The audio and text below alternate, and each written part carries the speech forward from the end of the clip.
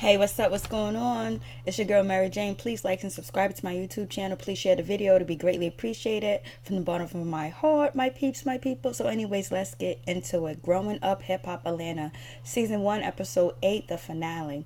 So, we begin where Bow Wow is still waiting on his father to show up to the studio, but we don't know at this point if it was Deb that set the meeting up, or if it was producers, or if Bow Wow already knew about this meeting. But, anyways, it seems like everybody knows where Bow Wow location is at, and they just run wild in his studio. So what's up, Jermaine Dupri? What's going on? People can just show up at your studio. I can show up. We can just all walk in, and we can all just get Bow Wow's number and shit like that. What's going on? I mean, you don't got no security. We can just walk up into So Def studio and get it on. I can jump on a track. What's going on?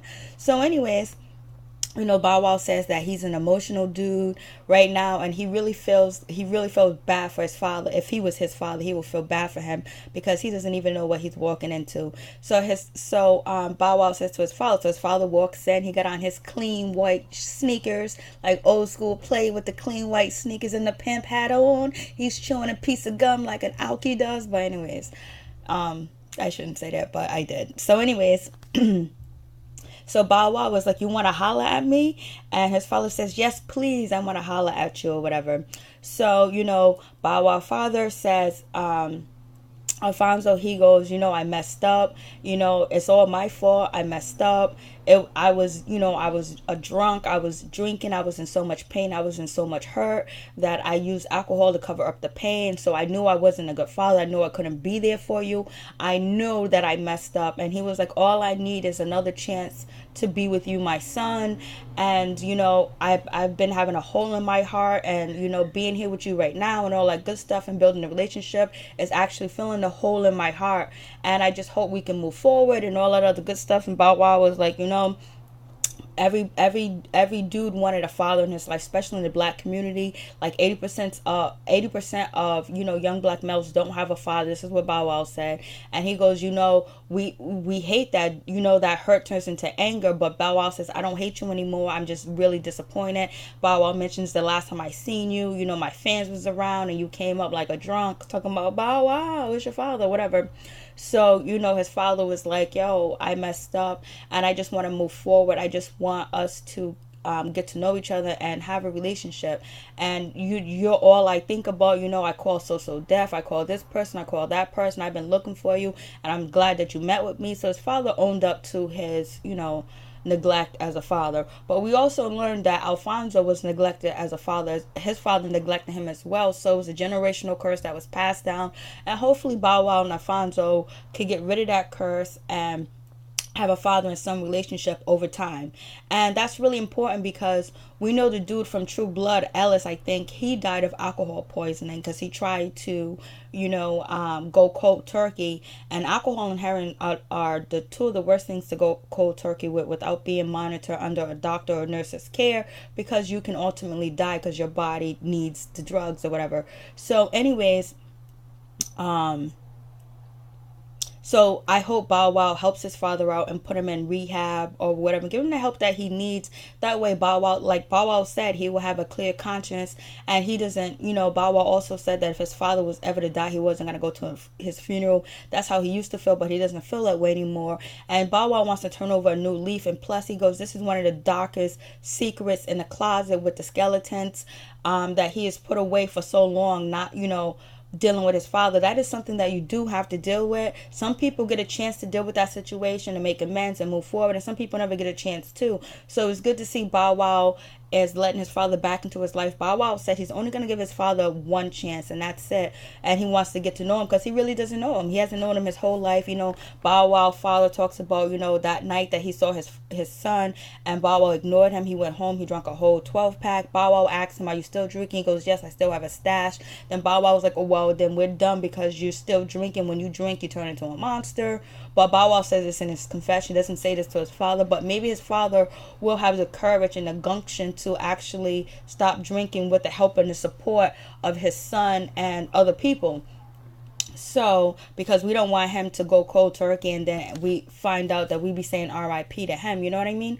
To Alfonso. So, hopefully, he gets the help and the support that he needs, and his son is there to help him. In all situations, it doesn't end like this. Sometimes it can get violent.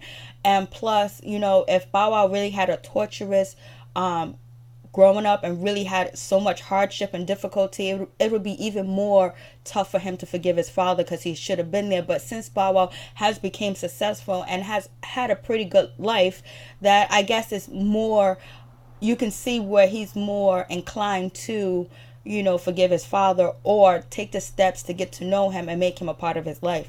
So anyways, moving on.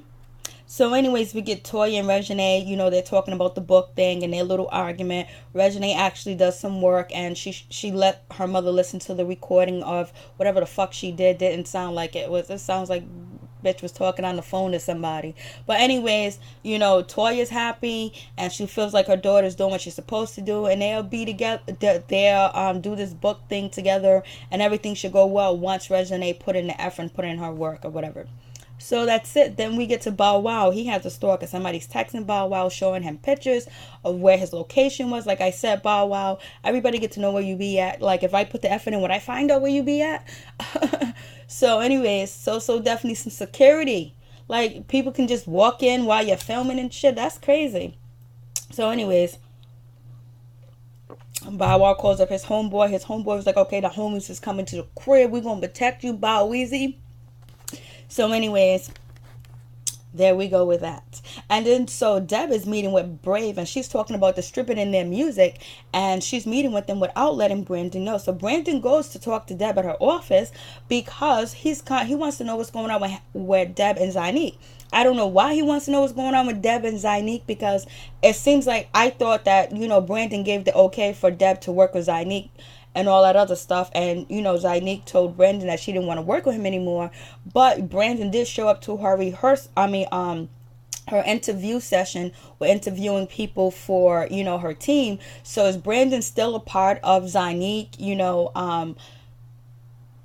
music career or whatever? So we'll see. I don't know does Brandon have contracts with Brave? Does he have a contract with Zanique? Like what's going on? Like could Deb just really take his orders, Brave, from him? The other girl, I don't know who the fuck she was from the other episode at the showcase. I don't know her name, nor do I care. So I don't know if Brandon has a contract with Brave or whatever. I don't know if he has one with Zanique. I don't know if it's just verbal or whatever, or if it's something that could be legally binding.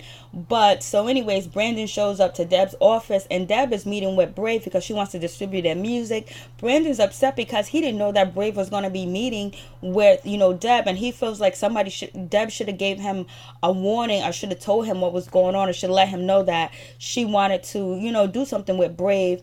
And, Brandon walks in and he was just like, you know what, I'll talk to you, Deb, later, and then Brave, I'll talk to you later. And so then Brave was like, well, thank you, Miss Deb, for meeting us. We are on our way out the door because we don't want no part of this. So Brave bounces, and then Brandon, he's talking to Deb and he was like, yo, I don't know, what's going on with you and Brave. You didn't even tell me you was going to meet up with them or anything like that. And it's like you're meeting up with them behind my back. And Deb was like, I don't even know why you're coming at me this way. Did you forget that I was supposed to be, I was looking at Brave first, or I was looking at Brave and I wanted to distribute the music so that, Deb and Brandon have an understanding about like he was going to get them together and she was going to distribute their music. I don't know. So Brandon asks, Deb, what kind of direction are you going with Brave? What do you want to do with Brave? And so, Deb says that she wants to distribute their music, but Brave says that they want you to be a part of this, I guess, business situation. So I don't know if Deb and Brandon can actually have a contract to go 40-50. I don't know, 150. I don't know what they could do, but it seems like it's minute that they can actually work out the situation. But maybe it needs to be on paper instead of verbal, because sometimes with family you get confused and you need to write it down to make it legally binding just in case something does go awry. So anyways, Brandon was like, he believes that Deb, this is unbelievable. he believes that Deb doesn't have any respect for him, and she doesn't have any respect for him enough to tell him that she was going to be working with Brave or whatever. So he was just like, this is the second time that, my mom have stole an artist from me or whatever. So I don't know if Deb is actually stealing artists, or Brandon's supposed to develop them and get them to where they need to be, and then they go see Deb, like a process or whatever. So but the way Brandon's taking the situation, it seems like Deb is actually stealing his artists, and his artist is allowing Deb to steal them. So but who wouldn't?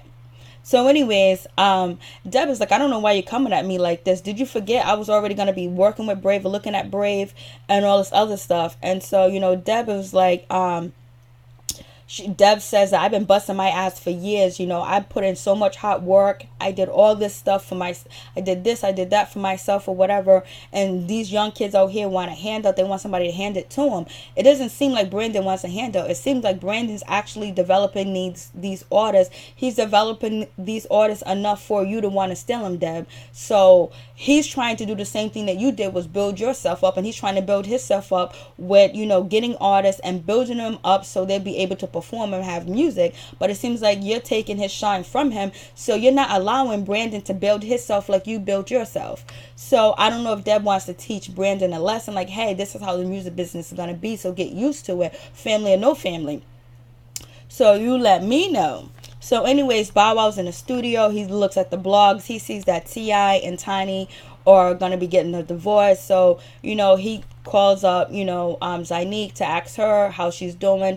If you need anything, call me, because, Bow Wow feels like the blogs can get ugly with the Bow Wow challenge and all the other things that, Punk Master Duty Flex, talking shit or whatever. So Bow Wow reaches out to Zynique. She says, it's cool, I'm just focusing on my music, my EP, and my listening party. So there we go.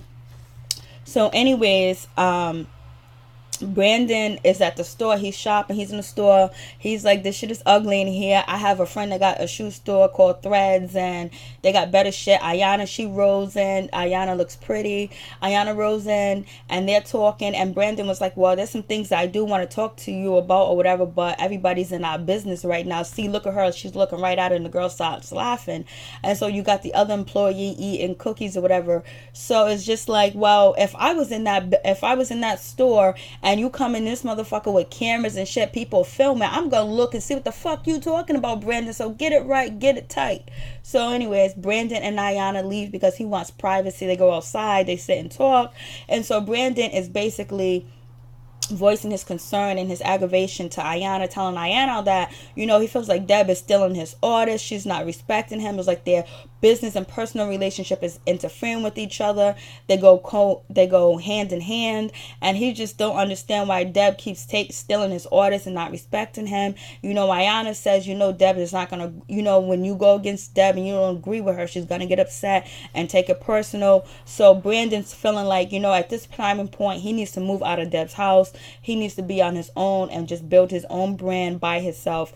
But do I think that's a good idea? Yeah, it's a good idea to do that, but I think you still should work with your mom in some type of way, have like contracts or whatever. I don't know if she'll abide by the contracts, but at least have contracts. So Ayana also says that she hasn't really spoke to Amy since the time that they met up with her father, and she feels like maybe it wasn't a good idea for, Amy to meet her father, DJ Hurricane. DJ Hurricane's mad cool. So anyways, Bow Wow meets up with, Reginae.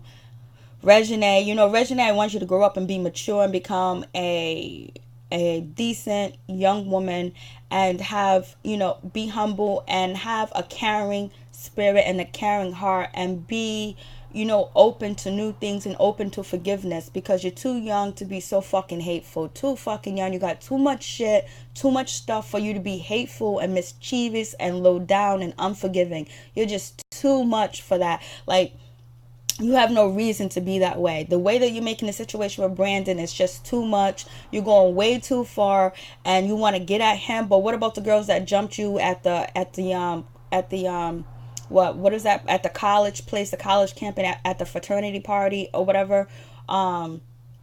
You ain't do shit to them. So, like, let it go with Brandon. You know, nobody gives a shit about, everybody talks about your fucking father. Everybody talks about his ass. He's always on the blogs. Everybody disrespects Wayne. Even though Wayne, I'm not even going to say that about Wayne. Fuck him. So, anyways, because Black Lives Matter and this bitch and every bitch around me. So, anyways, she meets up with Bao and she's talking about it ain't over with Brandon. Nobody disrespects my father and get away with it. I ain't letting it go. You know, he played this game with me. I ain't the one to be played with. I'm gonna have some dudes come and see him that's his age or whatever to holler at him. You know, bitch, do something. You know, work on that goddamn book and stop being a little mischievous and ignorant motherfucker. And anyways, you know, Toya, your mom told you to let the situation go and you keep going. You don't listen, you're disrespectful, and you're making a big deal out of this small situation. There's plenty more going on in your life that you need to worry about. Worry about your father having fucking seizures, okay? Worry about your father having unprotected sex with strippers. Worry about that thing. You know, go visit your brothers and your sisters, you know what I mean, that he's having all over the place. Go visit them. Anyways, yeah, this is the last, you know, this is the finale. So I'm going to talk what I was going to say, what the hell I want to say. Well, I always say what the fuck I want to say. So anyways, so she feels like she's going to teach him a lesson. Somebody needs to teach you a lesson. And you're going to, a hard head makes a soft ass. And if you keep going around with this type of behavior, Regine, people are going to run from you, because the worst thing you want to know is someone that is unworkable, people that don't want to work with you and don't want to be bothered with you, because you're leaving a salty, spicy taste in people's mouth that is not good where they're spitting it out. You don't want people to just totally avoid you or judge you so negatively because you're just coming off so negative, so very negative and disrespectful. You need to have respect for some of your elders, and you need to let situations go, because there's a lot more shit going on in this world than you to worry about goddamn Brandon talking about Black Lives Matter. So you need to worry about why your father said that when he's black and you black too. So anyways, we get to Ayana. She goes to the park. She gets on a ride with Amy. Amy phones ring. And, you know, Ayana, she gets jealous. I told you guys a long time ago, and like the third episode, that the way that Ayana's a stalker, the way she showed up at her girlfriend's house, the way that she, you know, disrespected her girlfriend in front of her father, the way that, you know, the way that she carried herself, like she's very insecure, and she shouldn't, because she's drop dead gorgeous, and she has a beautiful personality, she has a beautiful soul, and she's a really nice person, and you can tell she was raised right. Because look at her father and how he deals with his daughter. So, but it's just that the insecurity, and all of us have insecurities, and so I can't blame you for that. But when you're in a relationship with somebody and the insecurities are too strong and they're too adamant, the person's probably, if they have their head on right, they're probably gonna move on, because they don't want to deal with that. Life is as stressful as it is, then to have a partner that you're supposed to be able to come home to and relax with and share your woes, and, you know, and feel like you're at peace with. But if that person's nagging you and accusing you of things that you're not doing and very insecure, you're like, you know, I don't need this. You move on to somebody else that you can actually build with. So anyways, Amy's phone rings. You know, Ayana was like, who's calling us? Who's calling us? Who's calling we? And so, you know, Amy doesn't want to answer the phone. She's saying it's her job. It probably wasn't her job. Ayana is like, I don't believe it's your job calling you this time at night. There's some bitch calling you, blah, blah, blah. So then Amy goes, you know, you're always on your phone. I don't be accusing you that as a female or whatever, that you're talking to other girls. And so, I guess one of them says that they want to talk, are you talking to other people? But Amy just says that she wants to talk to other people and see other females, and she's telling Ayana she needs to do the same. And Ayana was like, what? Ayana was like, fuck you, I hope you get chlamydia, I hate you, don't ever call me, don't ever dial my number again, and all this other stuff. And, you know, Amy's sitting there like, damn, I dodged a bullet. But anyways, Ayana, just work on your insecurities. I don't know what your insecurities are, but boy, the way that you present yourself on this show, you shouldn't have any insecurities. I think you're a wonderful young woman, and you have a lot of potential, and you're very courteous, and you're very nice, and you're sweet. You have a mothering type of vibe. So keep up the good work, and just work on your insecurities, or be with somebody that doesn't make you insecure. So anyways, that's done. They're over with for now, but they're probably texting each other.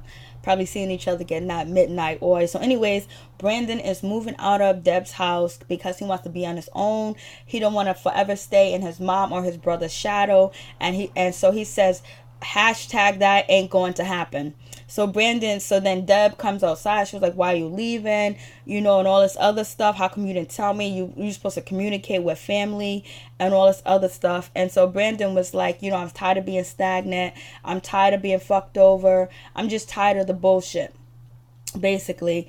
And so Deb said, when did you come up with this idea that you wanted to move or that you wanted to bounce? You don't want to stick around or whatever. How come you can't come to me and talk to me? I know we have our disagreements, but we can talk. And so Deb was like, you think it's a pond out here, but it's really an ocean and you're going to get lost, my dude. And so then Deb also says in her confessional, there's a price to pay for growing up in this hip hop world. And she was like, she don't think Brandon is getting it. And so anyways, Brandon said, it's your fault. And hashtag not sorry. So Brandon feels like it's Deb's fault because she's doing some underhand shit and she's not respecting him and she's disrespecting him by talking to his artist without his permission or letting him know what's going on, or at least have him in the loop.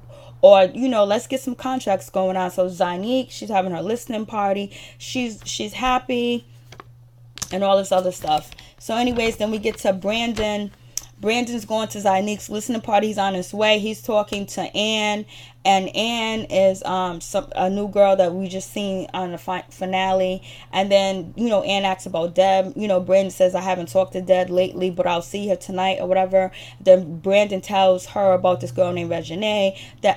She already knows who Reginae is, Lil Wayne's daughter. That, they had a little, competition, a little beef, a little bullshit going on. So it's gonna be interesting to see how she acts or whatever. So Nay is already mad. So we get inside the party. Everybody's there except for Bow Wow. Bow Wow calls, Zanique to tell Zanique that he's not gonna be able to show up because he got problems. He got beef out here in these streets in Atlanta, if we believe it. So anyways, he's not coming. He wishes her good luck. Deb's there and DJ Hurricane's at the listening party. I like DJ Hurricane. He has a good spirit as well. So anyways, Nay, she's mad because Brandon's sitting in her seat. She goes to tell her mom like a little child, but yet she wants to get dudes to go fight Brandon and come after Brandon, do all this shit to Brandon, but she can't tell the dude to get the fuck up out of her seat. Anyways, I would be mad if I went somewhere and somebody was sitting in my seat, but it seems like there's couches around that anybody can sit anywhere.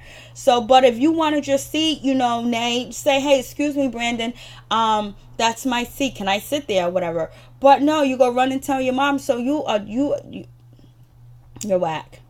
So anyways, and so then Toya was like, you know what? I don't want nothing to do with this Brandon and you situation. I'm done. I'm through with it. I don't blame you, Toya. Fuck it now at this point. And so Reginae is like, well, since my mother don't want to help me, I'm gonna have to deal with this myself. So then Nay runs up to Ayana and was like, Ayana, your cousin's sitting in my seat. He's sitting right there by Shania. And then, Ayana, being the woman that she is and the motherly that she is, she was like, girl, I'm not here for you and Brandon tonight. I'm not here for this bullshit tonight. You guys are working my nerves. You guys are getting on my nerves right now. She was like, come over here, Reginae. Sit right there over there in the corner and it's all good.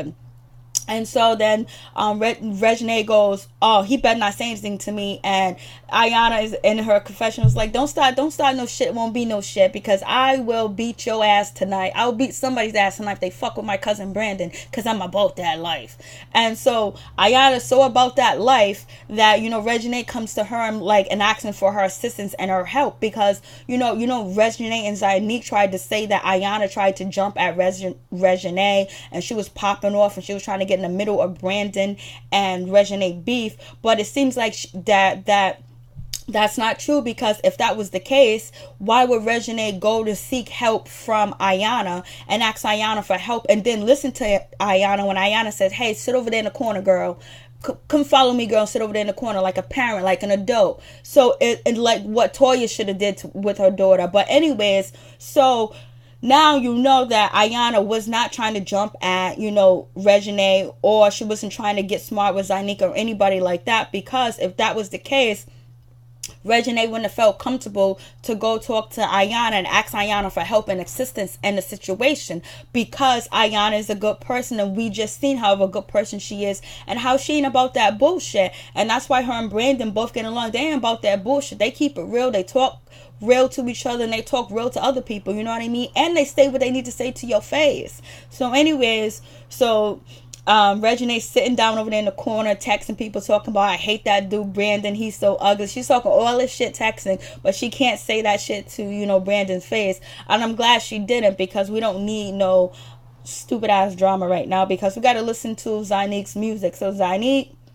she looks nice in her little mermaid elf or princess outfit, and so she introduced everybody. She introduced herself and her song. People put on their headphones. People liking the music. They're vibing with it. Brandon's vibing with it. Deb is vibing with it. DJ Hurricane, he's vibing with the music. So everything's all good. And so then Brandon and Deb, they get into their little squabble, but not a squabble, like a conversation. Then Zanika was like, oh my God, look at them. It's supposed to be about me, and look at them over there arguing. They wasn't arguing when they was talking. And so anyways, they go outside to talk, and then Zanika's like, I think I made a wrong decision by not working with my mom. Yeah, now you get an EP, you get a listening party and shit like this. Now you want to run back home to mama. So basically, Zanique used Brandon and Deb for free. I guess they didn't get. I don't think they got paid. So, anyways, I think it was just all the part of production, and now she's gonna work with her mom or whatever. But I think her mom's business, because she's doing an escape thing. So, anyways, Brandon goes outside and talks to Deb, and basically, Brandon is not feeling Deb. Deb is not feeling Brandon, and Brandon and Deb is like, we're supposed to be family. We don't supposed to have this going on. This isn't supposed to be happening. We're supposed to be able to talk to each other and, communicate. And Brandon's not feeling it. Deb's not feeling it. Deb walks away like a man, like she got her white pants on, her black shirt. She's holding a pocketbook and one hand down like this with her muscles, and then the other one on her hip, putting her hands in her pocket. And she's walking away like a dude, and she got a female falling white behind her. Deb looks like a pimp OG, baby. So anyways, we get to the studio. Bow Wow's doing music, and then some dudes walked in talking about, yo, what's up, Hollywood? Hollywood, what's good? You think you can come to the A and nothing's gonna happen to you? And all this other stuff. And the dudes popping off, talking shit to Bow. Bow was like, yo, what are you talking about? You the motherfucker that's been texting me and stalking me? You motherfucker. So anyways, they get into a squabble. Bow Wow throws 2 punches. He hits the dude with the long black shirt on that was standing at the door with the dude with the red hoodie on with his, who comes to a fight with a big ass loose hoodie on with the shirt halfway zipped down with no fucking shirt under? You grab somebody by that motherfucking hoodie and that's it. It's a wrap. So anyways, at least the dude in the back with his arm like this looks like, he was ready to fight, but nobody stands like this when there's about to be a beef or you coming on somebody's territory to fight. You know what I mean? So miss me with the bullshit, motherfuckers. So anyways, Bow Wow throws these little punches. The dude go like this a little bit. The dude with the black shirt on, it's broken up. Bow Wow continues to work on his music, and that's it. So anyways, I'm out. Peace.